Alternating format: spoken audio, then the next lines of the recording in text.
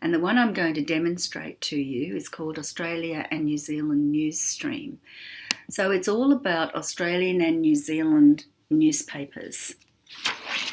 And we're going to see that newspapers treat this sort of material very, very differently.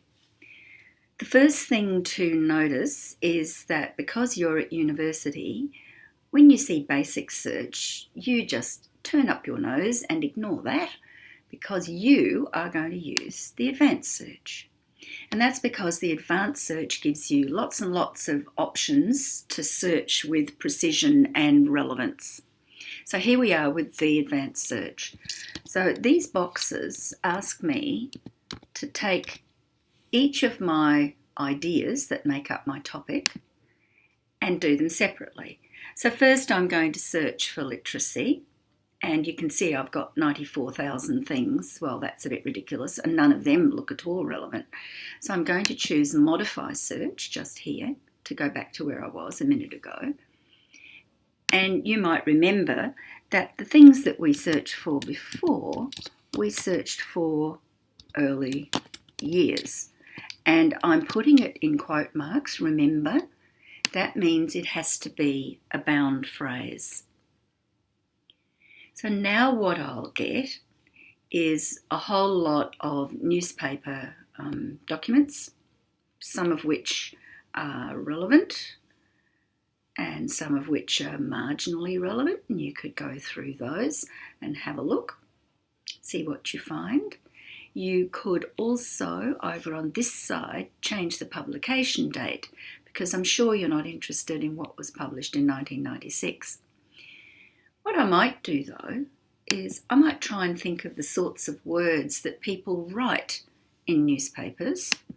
So they don't tend to write about literacy in early years.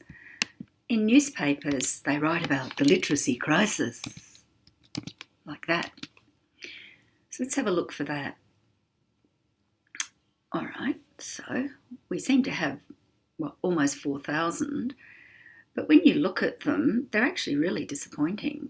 They're about financial literacy and climate change literacy. Not much to do with what we're after. But if we go back to the top and go to modify search, the mistake that I made was, I made it on purpose, by the way, just in case you thought I hadn't, there, is putting literacy crisis as a phrase. And that will make a big difference. So now we've got a lot of material about the literacy crisis. Don't forget, over on this side, if I were you, I would change this to maybe just the last couple of years. And what might be a good thing to think about is how very different these newspaper articles are in terms of the titles. Look at how emotive these articles are. A lesson in failure. Oh my goodness, how dreadful. Another one's called Children Facing a Literacy Crisis.